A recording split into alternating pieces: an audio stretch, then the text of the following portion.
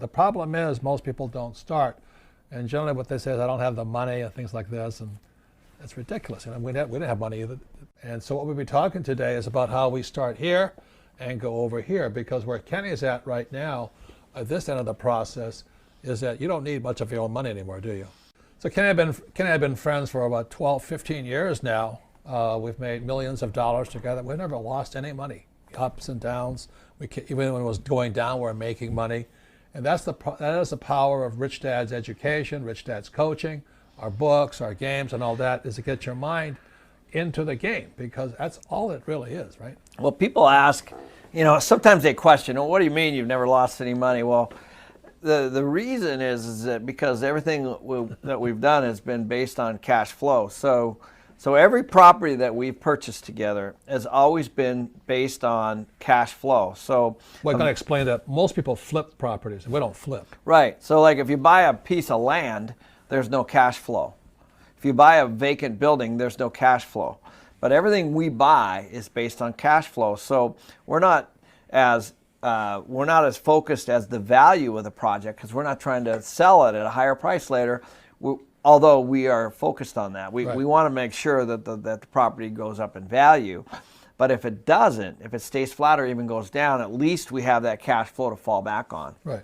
So the point here, ladies and gentlemen, if you're just starting out and you're right here, you may not have much money, may not have a job and all this, but that's really not an excuse, because you can still start.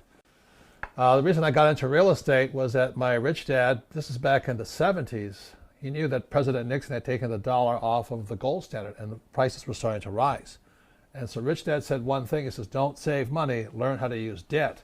And so it's counterintuitive to what most people think, because most financial advisors say save money and get out of debt. And we're saying don't save money, get into debt. So it's a different process, so that's really it. And Rich Dad says, you got to get some education. I said, well, how do you get that? I asked if he would teach me. He says, no, waste my time. So I signed up for a little real estate course. I've told this story before. I get tired of listening to myself. It was $385. It was 3 days. That was the start. So I signed up. 3 days later, at the end of the course, he was a great instructor because he was a real estate investor. He didn't need the money. And that's when you know the guy is real, because you could tell he didn't need the money. He liked teaching. He liked inspiring people. So it was just like my rich dad. He says, you don't need the money. So then the next thing he said at the end of the program, he says, when you leave this program, it's 3 days, Friday, Saturday, Sunday, he says, your education begins now. When you end Monday morning, your job is to look at 100 properties.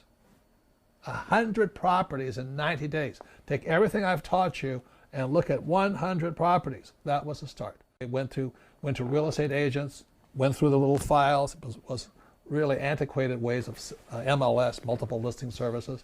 We were looking for little dinky deals, small deals, because that's all we could afford. We didn't have any money. So we kept looking, I'd go knocking on doors at real estate agents, and realtors, they're not the best investors, are they? No. They're all focused on commissions, normally. And I go knocking on the doors, and the first thing they say to me, you can't do that here. This is Hawaii. You can do that in mainland, in California, Nebraska, but you can't do it here in Hawaii.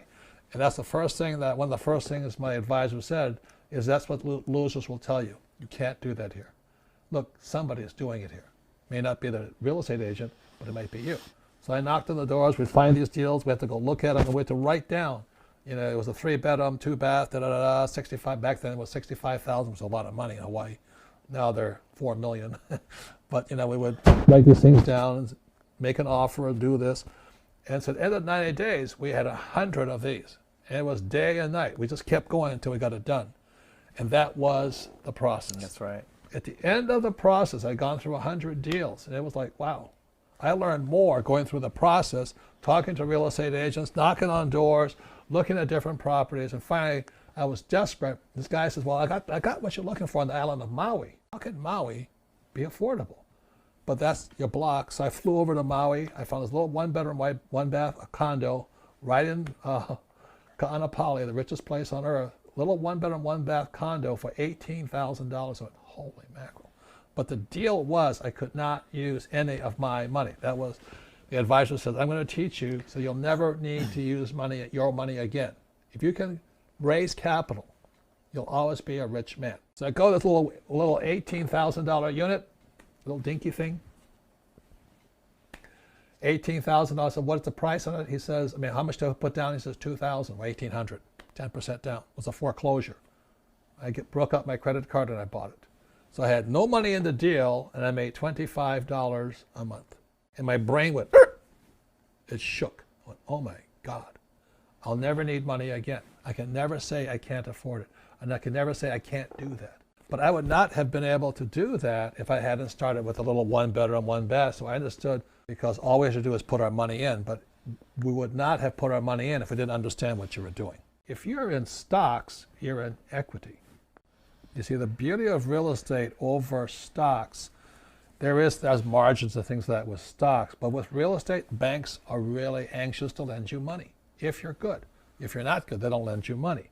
So again, it goes back to when somebody says, I don't have money, it's because you don't have you don't have education. You know, stuff like this and this and this. You go, well, I don't have money, so I don't start. Well, you're not supposed to use your own money anyway.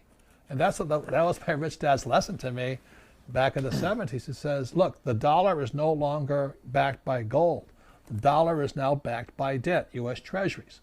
And he says, if you're going to be rich, you'd better understand how to use debt.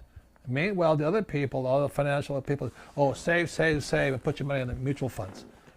Would you do that? In other words, if this is a bank or a mutual fund company or whatever it is, the moment you put your savings in here or you put your 401k to the bank, it's a liability because they're now responsible for it. Right. And they've got to move that money over here. The only way they can move that is by debt. Correct. So Kenny goes up there to the insurance company, a mutual fund company, and he says, can I have some money? I got this business, I got this huge project over here, I need to move it. And today, the big problem is you guys have too much money, right? So this is the strange part. This is the bank, your savings are their liability, but if this is you, your savings are your asset. Right. That's why it's called a balance sheet.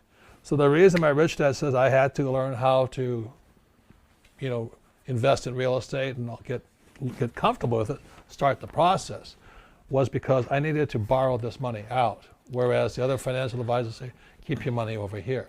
To me, this is really stupid.